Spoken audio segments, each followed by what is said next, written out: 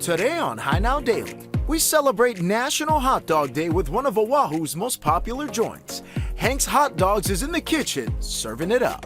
Plus, how you can support the University of Hawaii at this year's Makers March. I'll fly you away to be the brightest star. Then, raising the next generation of music stars. We've got the details on a new ukulele school. This and more right now on Hi Now Daily.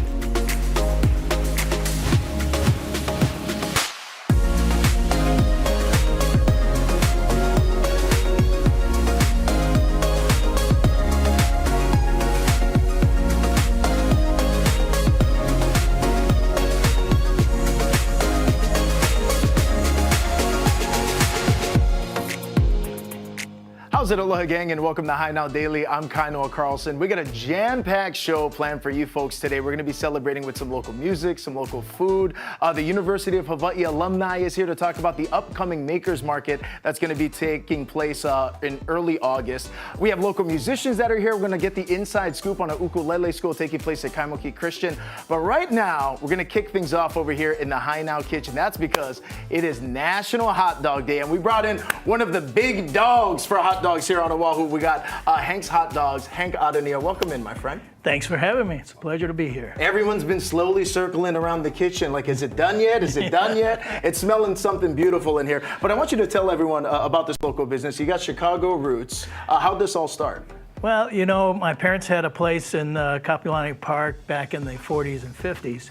And that always stuck with me. And even though I started in the restaurant business in Chicago at a very high end, I always wanted to do this. So at one stage in my life, I said, boom, I'm going to move to Hawaii and reopen this thing at a different, higher level. And that's where the Hank's Hot Dog comes in into Hank's play. Hot Dogs. Wow, look at that. That's Guy Fury checking out the joint. So tell us a little bit about the menu, your approach to hot dogs. Well, for the foundation of our menu is the Chicago dog. Being a Chicago guy, Okay. It's a classic dog, 7 classic ingredients with a Chicago all beef encased dog. So these are not the skinless variety. So we which use. guy is this? That's got to be our Chicago This dog. is a right over Chicago dog. So it has mustard, onions, relish, pickle, tomato, sport peppers, which are indigenous to the Midwest, and celery salt. So a lot of veggies, a lot of snap to the dog. It's a great dog. And then, of course, being in Hawaii, Portuguese sausage. I used to always get that in Chicago. It's like, how come nobody puts it in a bun? Here we have it in a bun. It's char grilled, mango mustard, and pineapple relish. Love it. What else we got? And then a Fat Boy, bacon wrapped hot dog. Are you talking to me or are you talking about the dog? No, well, if you eat enough. But this is a bacon wrapped, deep fried hot dog, mayo, lettuce, tomato. So like a BLT dog. But we do other cool. sides as well. We got some French fries happening over here. So we super do crispy. regular fries, but these are our pomfret fries, which are European style. They're double fried. They take 3 days to make. Okay. So it's a richer, fuller flavor to it. And then again, back to my fine dining roots. This is a truffle mac and cheese. I'm gonna make sure we get a shot of that. And what's the topping? So that's just panko as a little garnish, but the cheese is a Vermont cheddar with lots of cream. So this is a creamy style, really rich, almost Alfredo-like mac and cheese. Okay, I love it. And you have the spot over there in Kaka'ako. Yes. It's become wildly popular over the years. So Yeah, congratulations on that. Thank you. But I did want to ask one more time about the Chicago. So what makes this, what is the thing that you got to check, the box you got to check to make it a Chicago dog? First, poppy seed bun. Oh, gotcha. And then it's got to have Check. all the 7 ingredients. Those 7 So ingredients. yeah, that really makes a Chicago dog. And if you're good, you use a real Chicago dog, which we do. This is a Vienna beef dog. Oh, you're a pro.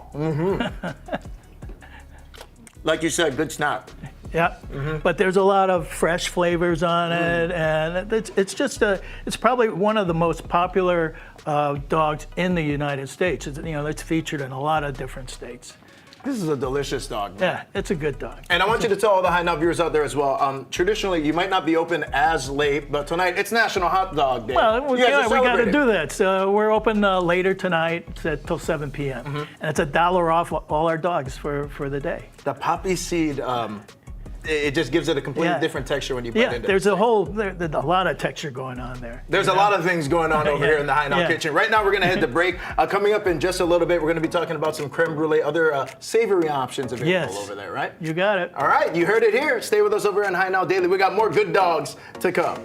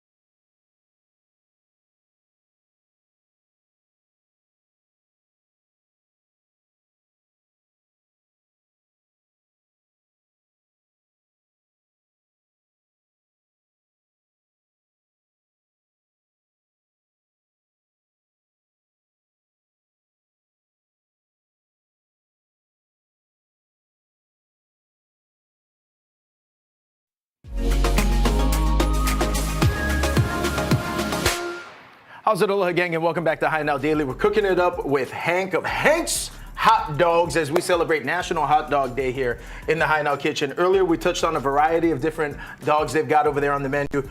You just cooked some fresh ones up, though. What we got? Well, we don't make a lot of our dogs. We source them out from different companies to get the type of sausage that we want. But we do make a lobster dog. That was featured on Diners, Drive-Ins, and Dives Love it. a while back. So this is made in-house, and it's seared in clarified butter. Yeah. So we got a lot of richness You're speaking there. my language right now. A lobster dog in the butter. So that's lobster, there's fish, there's shrimp, and then we're going to dress it with a little remoulade sauce, Oh, which that's is gonna be money. I'm loving the color on capers and relish and mayo. Then we have a little lettuce and tomatoes.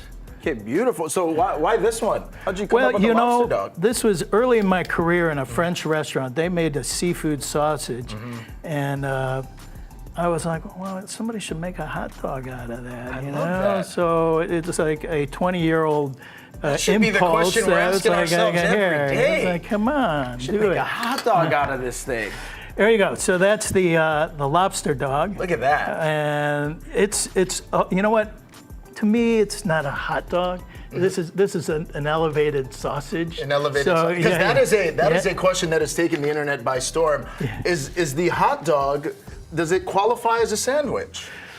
I'm a firm believer. A hot dog is a hot dog. Don't mess with it. Don't mess with it. It's not a sandwich. Don't mess with, and you know what? And because you are our in-house hot dog expert, we're gonna have a little fun with Hank right now. So for those of you who aren't maybe familiar, there is the National Hot Dog and Sausage Council. Are you familiar with that? I've heard of it. Yeah? They are basically the all-knowledgeable experts about hot dogs over here. So we're gonna do a little true or false right now for you, Hank. Okay, here we go. Los Angeles consumes the most hot dogs than any other city. True or Los false? Angeles. I'm going to say false. You say false? Yeah, I don't know who does, but I don't think it's Los Angeles. According to the council, Los Angeles consumes the most. Okay. They consume the most, so that one's actually true. What about this one? Hot dogs were actually one of the very first foods eaten on the moon. You believe that? True. True. That one isn't true. That one is true. Excuse me. Yes. So you're 1 for 1, and the reason that one is because of its ability to travel. Go figure, right? The moon's a pretty far travel plan. Oh, it's in a vacuum. Question number 3. Council estimates Americans consume more than 20 billion, with a B, 20 billion hot dogs a year. Estimated. True or false? What do you think? Well, you know, it's good for my business. True. It is true, which actually averages out, okay, so I mean, it averages out to 70 hot dogs a person, which means between you and me right now, we put down 140 throughout the year. Holy smokes. Yeah, isn't that crazy? I mean, I'm probably 139 because I just put down that other one. We're still standing. So I could see that being true. Okay, here we go. Last one for you. Okay. Mickey Mouse's first words on screen were hot dog. Hot dog! Yeah, it's true. buddy. Hot dog, hot dog. All right, Hank, I love it. And congratulations on all this success, man. It's incredible. Tell everyone where we can find you. You do different events. There's so much happening. So give the people the Instagram, the location, all the good stuff. Well, we're in Kaka'ako. We're in the Salt Shopping Center. Our address is 324 Coral Street. We do events, some food and wine we've done. We've done a number of other ones, but you know, the Kaka'ako area has really blossomed into quite a neighborhood, so that's home for us. Absolutely. Now, before I let you go, I forgot, we're going to dress one more dog, right? Yes, this is a Francois. So this is one of our other hot dogs. We take a bratwurst, and we have truffle mayo mustard. Nice. So we're just, you know, my background again is fine dining. So as you take things that you would normally find in really fancy restaurants, and why not put it in something that we can just have for the ordinary like guy. style hot dogs. So I have some cheese back here. Okay, we've got cheese. I'm gonna just go ahead and jump into this lobster dog here. Lobster butter, sign me up. Well, there's a lot of richness in that thing. Dang, that's good. And so we're gonna blast this with a little And after this, heat. I'm already 68 more dogs, you know? Okay, and then we melt the cheese over the top? Yep. So man, this that's is a looking little bit of, you know, fancy grilling here. Oh, yeah. What kind of cheese was that? That's Swiss. Swiss. So Swiss, herbed sautéed mushrooms, again, the truffle mayo mustard. It's a whole different flavor. Oh man, it's a whole different level of hot dogs over there. So make sure you check out his spot. It's located over there in Kaka'ako. Happy National Hot Dog Day. Hank, mahalo nui, my friend. Delicious. Thank you. We're gonna head to break. More High Now Daily coming up. Yummy. We are here at the Waikiki Shell. I'm with Dane Lamb, the music and artistic director of the Hawaii Symphony Orchestra. Dane, thank you so much for having me. Oh, it's a great pleasure to have you here behind the scenes for our first rehearsal of Mahalo 5. This is amazing. The fact that everyone's tuning in, we're getting settled into the space. I feel so lucky to be here. So Mahalo 5, it's taking place this week. Can you tell us all about it? Well, this is the first time that this gargantuan symphony has been performed in Hawaii for years and years and years. I like to think of Mahler as the original emo composer. He really wears his heart on his sleeve. There's every emotion you could ever think of. A massive orchestra. When he first wrote this piece, he had a close brush with death. Wow. So the beginning of the symphony is dark and funereal, and suddenly he met a gorgeous young girl, Alma, and the whole symphony turns around. So you get the whole gamut of emotions of life in this 70-minute explosion of love. I feel like anyone can relate to that, and it sounds just absolutely beautiful. So Mahler is a part of the Starlight series that's taking place here at the Waikiki Shell. Can you tell us about how people can get involved? What is the Starlight series? The Sheridan Starlight series is one of my favorite parts of our calendar because we're here at the beautiful Waikiki Shell under the shadow of Leahi and the shadow of Diamond Head. And it's our summer series where people can get outside on the lawn, have a picnic. It's a real gamut of emotions and experiences. There's Star Wars, there's Jurassic Park, there is music from the 80s, there's Disney, and there's Mahalo. There is everything for everybody. Like so many different genres, and you can feel the trade winds. Like this is just the perfect evening, the perfect setting to enjoy the symphony. You could not get an experience like this anywhere else in the world. On the shores of Waikiki, the shadow of Diamond Head, with the absolutely world-class Hawaii Symphony Orchestra. I know, I feel so lucky to just even be here. Now, can you tell me, I know that there is some student involvement as well with the Mahler concert. Can you share a little bit about that? We run a competition every year, Na Hoku o Pio, our Young Stars competition, where we get submissions from countless students around the state who submit a solo piece that they hope to play with orchestra. We've chosen 4 of the most talented competitors, Oh my and they're going to gosh! perform all through the summer with us in our Sheraton Starlight series. How exciting. I know we're going to interview one a little bit later, but can you also tell me, I know that you are a world-class conductor, and I have been dying to get a little lesson from you. Can you show me something that I can maybe apply if I were to ever maybe conduct an orchestra? Well, the funny thing is that Mahler himself was also a great conductor, and conducting is just about communicating the intentions of the composer through gesture. And it's all Okay. about the breath. Okay, okay. So this is Thank this is a special present for you. Okay, I feel so powerful Yeah. already. To bring an orchestra in, all you have to do is breathe. You got to Okay. think and. Okay, breathe. So, Yes. I don't know about that though. The follow through wasn't there. Try one more time. So, for example, the symphony starts with this military fanfare and the Okay. trumpet. It's dark. Da-ga-da-dum, da-ga-da-dum, da-ga-da-dee. So you just give a nice breath, a nice and. Da-ga-da-dum, da-ga-da-dum, da-ga-da-dee. Oh, This is the music that Kate Blanchett conducted in the movie Tar. This is the exact same music.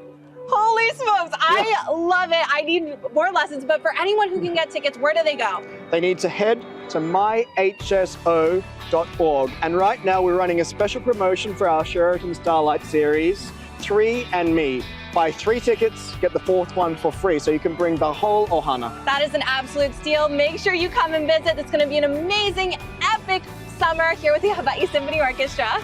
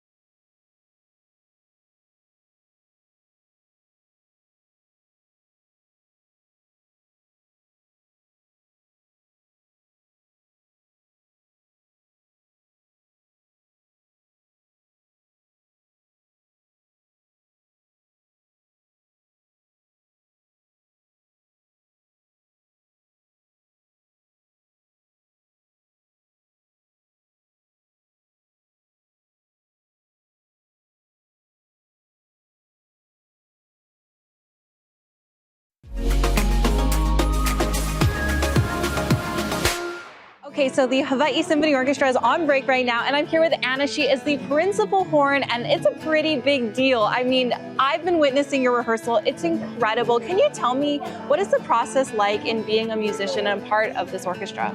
Well, getting ready for a symphony is actually a lot like being an actor getting ready for a role, because it's, there's the physicality of it. I got to have really strong lip muscles. But there's also the emotion of it. I have to know, like, am I doing a monologue or a dialogue?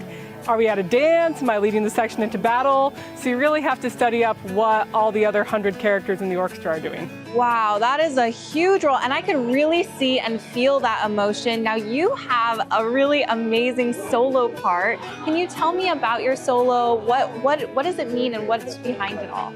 Yeah, so the symphony is kind of divided into 5 sections, like acts of a play. And in the 3rd act, I'm the main character.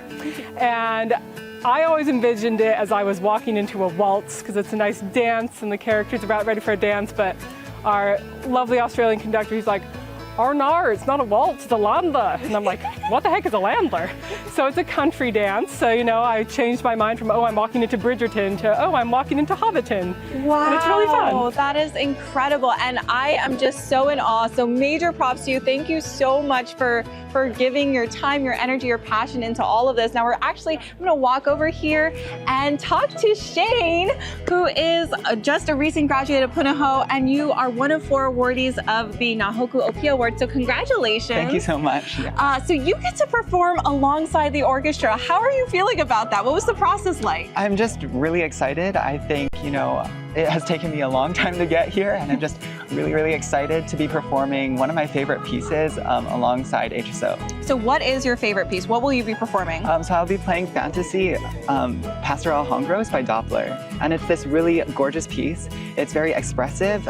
There are basically 2 different modes in the piece, which I really enjoy, having these starkly different sections, which some are very virtuosic and very expressive, while others are a little bit more fiery and sharp, and I just really love that contrast. Wow, and did you grow up watching Hawaii Symphony Orchestra? What is it like to be here now? Yeah, so I didn't watch as many when I was little, but as I started growing up, I started listening to recordings and kind of just and working with them. Actually, I had some really good experiences with Hawaii Symphony this past year that I was able to play with them, and it was just such an incredible experience for me to learn from these professional musicians, and then now to be able to play with them as a soloist is really incredible. What is the process of training like to be here? Like, do you practice every day? Well, I don't practice every day, but I try to practice as much as I can. Whenever I'm out of school or whenever I'm not, out doing things. I think it's important to have a balance between, music and the rest of my life. But this boy is going to Harvard, so he knows how to balance life well. But yeah. Now, not to put you on the spot, but I would love to get a little sample to close us out and go into our break. Will you show us some? Of course. All right, let's go.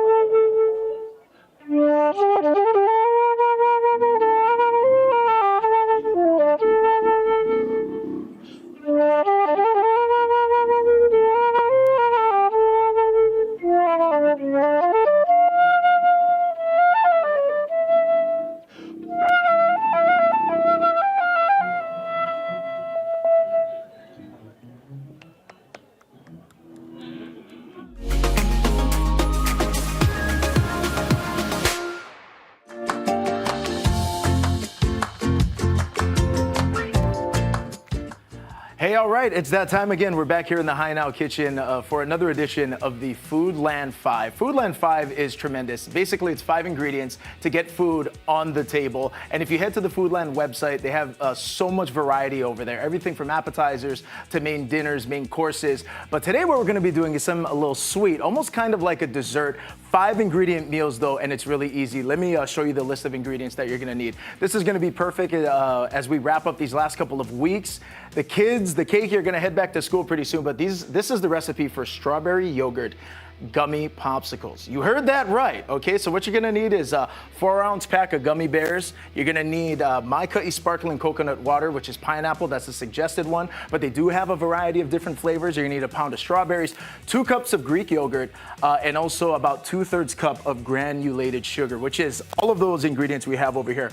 Another really nice thing about the Foodland 5 is that every single time the recipe gets posted online, actually all the My Cutty ingredients are actually gonna be at a discounted price, including the sparkling coconut water, which is what we're gonna need for this recipe. So I wanted to kind of break it down and show you guys. It's actually really simple and really easy to make. It'll just require a little bit of patience. But the first thing you do is you take this entire bag of gummy bears and you pour in this whole entire can of sparkling coconut water. All of that is gonna go into a bowl, as you see here. You take all of that, you pour it in there. You're gonna let that chill in the fridge for 12 hours, okay? Basically overnight. And in the meantime, you're gonna come back, you're gonna take 2 cups of whatever flavored yogurt. We're using the Greek one over here. 2 cups of that and a 2/3 cup of the granulated sugar. You're gonna combine that in the bowl and then go ahead and chop up a little bit of strawberries. And what you're probably thinking at home right now is like, well, why didn't he do all those things he just told us to do? We just did. So if we get an overhead shot, we're gonna show you, that's basically the consistency that you're looking for. And obviously a lot of these different things you can kind of sub out. If you don't like strawberry, the fruit could be mango, it could be watermelon, it could be whatever you want, but you're gonna take this and you're gonna ladle it in to, you know, if you don't have a popsicle mold, you could use a ice cube tray, which is actually what we're gonna be using over here. You could go ahead and throw in some toothpicks. This will be really good for the kids. Super easy to make. And again, a lot of the different ingredients that we're using, you can head to Foodland, you can do local strawberries, again, local pineapple, whatever you really like, or whatever kind of flavored yogurt that you choose. So you're gonna ladle all that in. So what we have is, once you let that chill, we're gonna show you guys the finished product. We came in overnight and we actually froze it ahead of time. And that's what you're gonna be working with. These are those strawberry yogurt popsicles, which are really nice. You could take these out. Even if you wanted to do an adult version of this, you could go ahead and toss these in some mimosas. That would be really good. But also, if you've got these cool popsicle holders that you got over here, and these are sold at a variety of different places. You know, Foodland will have some too. This is like kind of Go-Gurt on the next level. These are the molds. And so we went ahead and we froze it in this one right over here. And so it comes up just like that. Strawberry yogurt popsicles, very easy. And really tasty. I've never made popsicles before this, but that's what's so nice about the Foodland 5 recipes and all of the ingredients. You can actually have a lot of fun with these.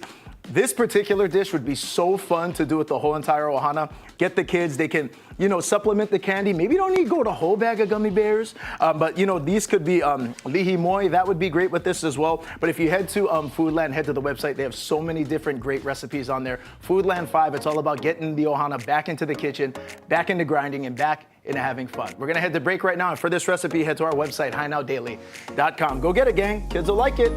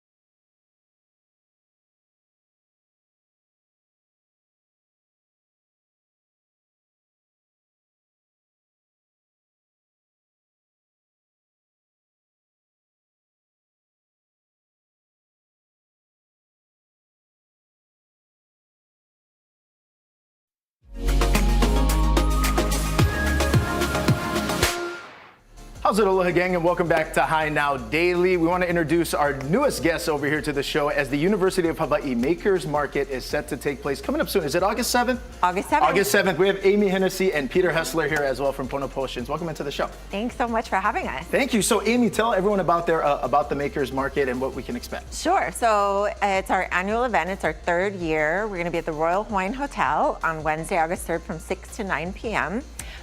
We are still selling tickets, so they're going fast. If people want to sign up, they can go to uhalumni.org.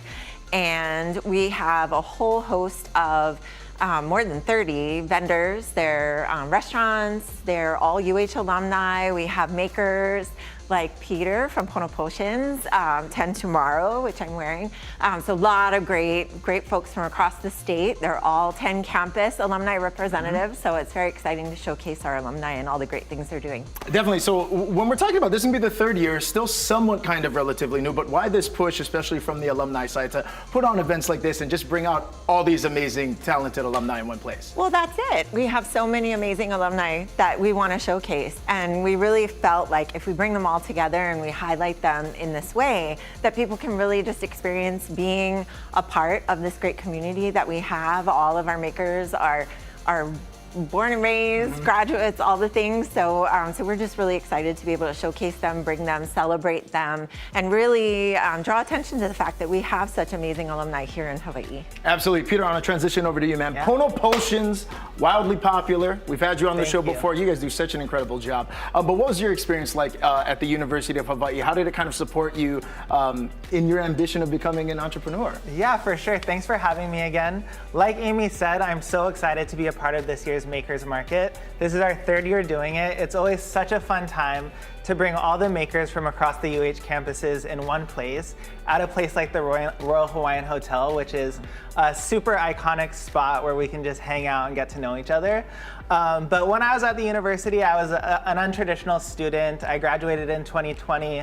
But the university really helped me launch my business through a lot of their entrepreneurial programs like the PACE Center, and also just the overall support and goodwill that the university has for entrepreneurs. Yeah, it's nice, and that's what I think is so incredible. I had the opportunity to attend the event last year, but when you look at some of these businesses that are out there, Pono Potions being one of them, very well-known, established businesses, like, I didn't know that person is University of Hawaii. Yeah. Which is cool. It's very cool. Yeah. Yes. Peter, can we get into it, man? What do we have? For sure. A setup over here. Yes, so I know last time I was here, we made espresso martinis. We're not gonna get that crazy today. We will at the market. No. Okay. But at the Makers Market, every year we make all natural mocktails. So I brought a few of the flavors that we usually use, kind of the favorites for mocktails and cocktails. If you have some Kohana rum you want to put in it later, you can always do that. But today we're going to make our honey lilikoi spritz. So our syrups are all natural. They're made in Hawaii. We use Hawaii-grown ingredients. And they're super easy to put in like coffee drinks, cocktails, mocktails, teas. But one of my favorite ways is just to make like light spritzers. Yeah. So what we do for Perfect for the summertime heat too. You know, we're wrapping up our last couple of weeks over here. So it's just gonna be 3 main ingredients. Cool. We're gonna use our syrup. So for mocktails, I use about 3/4 of an ounce of syrup. Nice. Which is about a tablespoon. Okay. And then I always like to balance out our syrups with citrus juice. So this is just like a lemon lime mix. Okay. Love it. Now, as you continue making that mocktail, Amy, I want to go back to you really quickly because as you mentioned before, the Makers Market, it's wildly popular. Tickets are going fast. How do we get them? So uhalumni.org is the easiest way. We have all the information there, the links to purchase, everything that you would need to know, instructions on how to get there, all the good things. Okay, fantastic. But we're almost there. Tickets are going fast though, but we want to encourage everybody out there. You want to get them, they got to get them now. Got to get them now. Yeah, it's a hot ticket. It is a hot ticket. And I think what's amazing too is that when you go out to the Makers Market, you're seeing just the variety, the different industries alumni are in. Everything from food to, clothing, accessory. They touch so many different places. Yes, I got accessories for my dog. There are UH branded stuff from Ports and Paws. We have dog treats, we've got plants, you name it. There's the whole gamut of different options for folks, so you really can't walk away from the market without at least something in your bag. 100%. So August 7th, right? August 7th. August 7th, Royal Hawaiian. Amy, I think your drink is up. I think it's your drink. Okay, it is my drink. I'll take the mocktail. Peter, We'll just make it nice and pretty for you. Thank you I know so you like a much. pretty drink. I do love a pretty drink. Hot dogs. I mean, this is a great show. There you right are. There you go. Peter, thank you so much. Make sure you check out Pono Potions and support the University of Hawaii Alumni Makers Market. We're going to head to break. More High Now coming up. Cheers.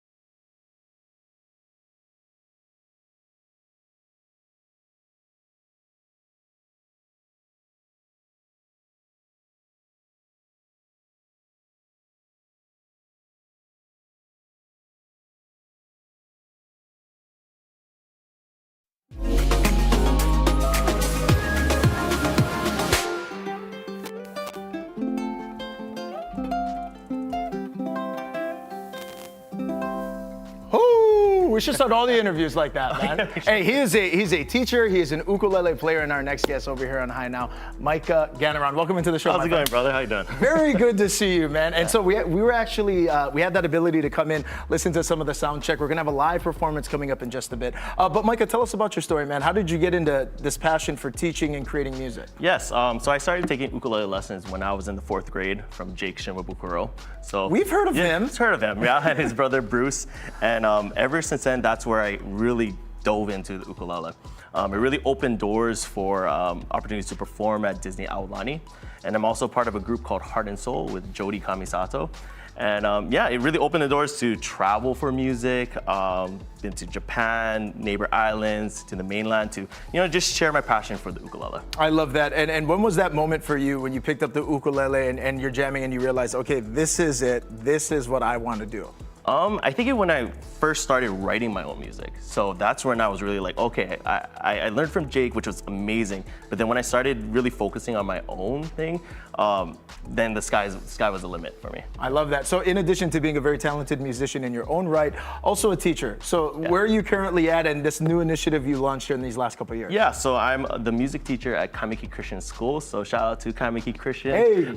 Yeah, and I've been very blessed to be able to teach there for 3 years. And you know, the principal has been amazing to allow me to share my passion for music and also teach ukulele after school there too. So I have about like 50 to 60 students that I teach after school in my own ukulele school. And a couple students from my church, Hawaii United Church of Christ, where I teach at home in the ukulele studio as well. Okay, I actually want to rehash some of these 50 to 60 students. Yeah. That is, man, you're busy. No, yeah, and you're teaching all day, and then after that, you go ahead and you're I continuing just can't get enough of them. Yeah, they'll be here today. They'll be able to perform for you, so it'll be a lot of fun. Okay, I love that. And do you see a lot of cross maybe in between your life as a musician and as a teacher? Because I would imagine you're in two different places, but having a passion for both and then being able to merge it must be a very special thing. Yeah, it's really special to be able to share music with our next generation, our youth. And seeing them, you know, you'll see them in a bit, but when they jam on the ukulele, you see the passion. It's for us, even too, at Kaimiki Christian, it's just a segue to honor our God and kind of share that with our community. Okay, so currently right now we've got 50 to 60, that are part of the ukulele school. And again, we will have a live performance coming up here in a bit. But then also in addition to that, how do people find you? If they want to check out your gigs, listen to you play live, what's the best way to do that? You can find me at micahganneronmusic@gmail.com. You can kind of contact me for lessons or performances. And also you could find my website, micahganneron.com. And also just kind of give you a heads up, I'm releasing a new single called Superman. It will be released at a later date, kind of figuring it out right now later this year. And yeah, it's gonna be a blast. And yeah, so it is pretty busy, but the kids make it a lot of fun. They even have more performances coming up at Ala Moana, Windward Mall, and Kahala Mall. So just a lot of fun things going on. Very cool. How do people get a look at that to know where the performances are gonna be? What's the best way it will be on micahganneron.com. You can see all of our listings of where the kids will be performing as well. Fantastic. Can we get a little vamp to take us a break?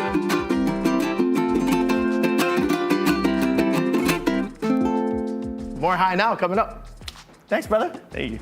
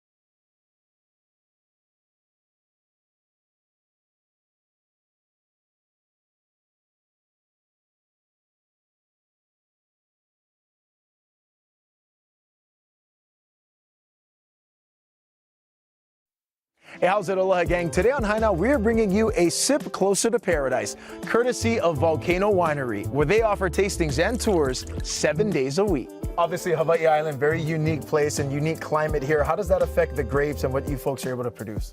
We're super blessed that this vineyard is a little bit higher altitude and elevation, and we are directly located on Kilauea Volcano and across from Halemaumau crater. So we're getting a nice cooler temperature, we're getting a little less rain than some of our lower climates, and we're getting the natural frost that we need to grow grapes here on property. So what makes it so unique is that we are so close to the volcano here. You know, Kilauea Caldera, Halemaumau. We sit on close to 70 acres of land here. We grow both grapes and we grow tea here. We specialize in 8 wines here. 6 of those are table wines that are most popular. And then we have 2 estate vintages that we do small batches of and have released once a year. And one of our top sellers for sure is the Volcano Red that we have here.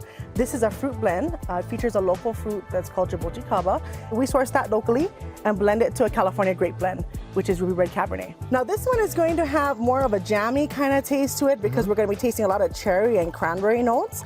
That's coming from 15% Jaboji Kaba, which is that local berry. I like that. I like that fruit tasting when it comes to wine. It's a really nice jammy balance of kind of fruity and tart and gives you a really good semi-sweet red. With the Hawaiian Guava Grape Blend. Wait, say that one more time.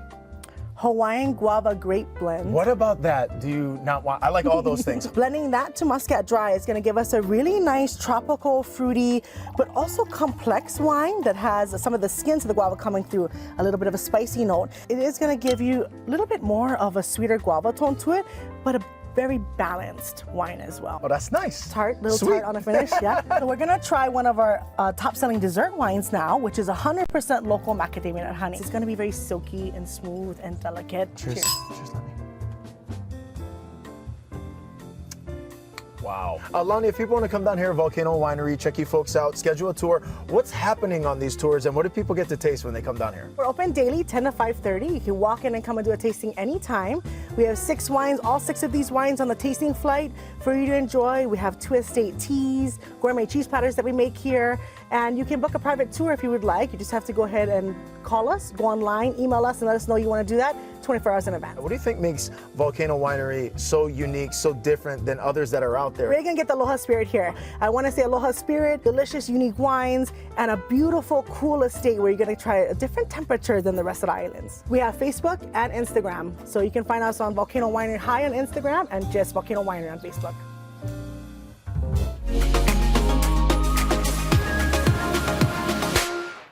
Hey, how's it, Aloha gang? We're back over here in the studio with Alika Garcia, Executive Director and Co-Founder of Kuleana Coral Restoration, and Robert Crow from the Office of Hawaiian Affairs as we talk about cocoa and resources that are available here in our local community. Welcome into the show, gentlemen. Mahalo, thanks for having us. Mahalo for being here.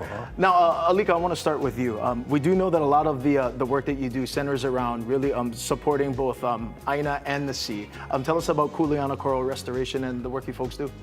Yeah, the work that we do, I mean, we focus essentially on restoring degraded coral reef ecosystems, which surround all of our islands and are really important to us for a lot of reasons. The main work that we do is trying to prevent damage from happening to our local reefs to make sure that they can continue to sustain for us and our people. So what is some of the work you folks are doing right now? What different sites are you folks touching, and what's happening when you and the team go out there? Yeah, sure. So we look for broken corals, so whether it's broken by like a ship's anchor or even just natural wave energy, and we just find what's broken and we replant it. So we actually use underwater drills, we do a lot of scuba diving, and we just plant the coral right back into the seafloor so it can continue making more fish for us. Now I know that this next question, I mean, there's many reasons, but when we're looking at it from just the overall perspective, why is the work you folks are currently doing so important, especially for the ecosystems here in Hawaii? Yeah, I mean, culturally, I mean, in Hawaii, it's huge on how important it is. I think Native Hawaiians revere it as our eldest ancestor, and if we think about it in that context, I think coral is like family, right? So, especially being a fisherman, like the ocean has provided so much for us, and that's why it's important, right? It provides food, reduces our reliance on imported food. It provides protection, just like our family does, right? So, from wave energy and storms, so it protects everything on our coastline, our homes, our businesses. So we look at it like that. Our family protects us and provides, so does the reef. And it's our kuleana to now provide for it, just like we would our family members, right? As they get older, now we're in a position to take care. So that's basically our mission. Absolutely. And Alika, in addition to that, you know, oftentimes, anytime someone is setting out on an endeavor to do something in the community, partnerships, kokua, is so vitally important. How has the Office of Hawaiian Affairs, Robert, really helped and come on and help support the initiative? Yeah, OHA's been a good partner. Actually, they, through the Malama Loan Program, have provided us resources in a for-profit business that actually was, I was doing commercial fishing for about 15 years, and OHA had supported that with a lot of equipment, especially like the scuba tank compressor that we have. So basically to fill our scuba tanks, which lets us go underwater and do this work. And basically we converted that for-profit business into this amazing nonprofit, you know, 5 years later, that we're really making a big impact on a lot of our communities. So OHA has been there for us as a for-profit and is really a foundational partner in our growth. So mahalo to OHA for that. Absolutely. And with that being said, I want to transition over to you, Robert. We're coming up on 35 years of this resource for supporting local entrepreneurs in our community. 35 years, we're celebrating the Native Hawaiian Revolving Loan Fund. We invite those who qualify to apply for a Malama loan. We have loans from $2,500 to $150,000. The term is 1 to 7 years at a 4% interest rate. We're excited to help those who want to start or expand a business contact us. And with that being said, Robert, Alika, I wanted to transition back to you just in the sense that, you know, we've talked to many local entrepreneurs in the community, and one of the things they continue to say about the whole program, Robert in particular, is that it's much more than just the, okay, here's the resources, go out there and good luck, but they really do kind of create a place for people who are starting up to get more resources, more ike, more knowledge about what it is they're trying to pursue. Yeah, absolutely. I think the first time that we had applied for Malama loan funding, they even provided resources for like financial literacy and education, which you know, it doesn't need that. Yeah. Yeah, I mean, I think coming in as a young or new entrepreneur, that's something, you know, that I wasn't taught in school or didn't grow up with. So that, you know, again, laying a foundation for good business practices has been really influential on me. 100%. Robert, how do people get more information about the revolving loan fund if they want to reach out? Visit our website at loans.ohana.org for more information and to apply. Okay, and then Alika, how about you? For more info, they want to, you know, come out and help kokua with some of the things you folks are doing. Yeah, if people want to get involved, or if they want to malama their own backyard and coral reefs in their neighborhood, they can reach out to us or kuleanacoral.org. Okay, fantastic. Robert, Alika, mahalo nui. Mahalo. Thank you for being here. We're going to head to break right now. We got more coming up on High Now Daily in just a bit.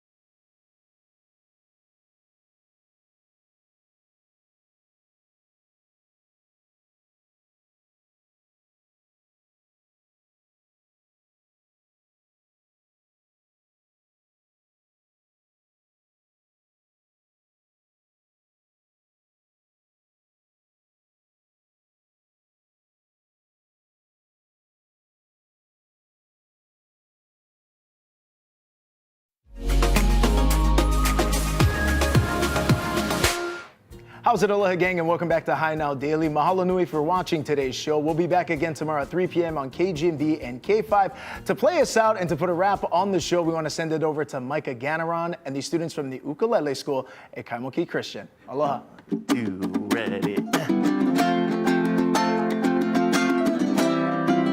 Shout out to Kanile Ukulele. Here we go. Think different now when you're holding my hand.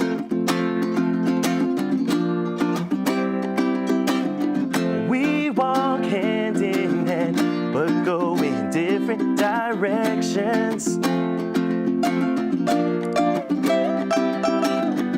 You mean the world to me, but I think it's time I let you go.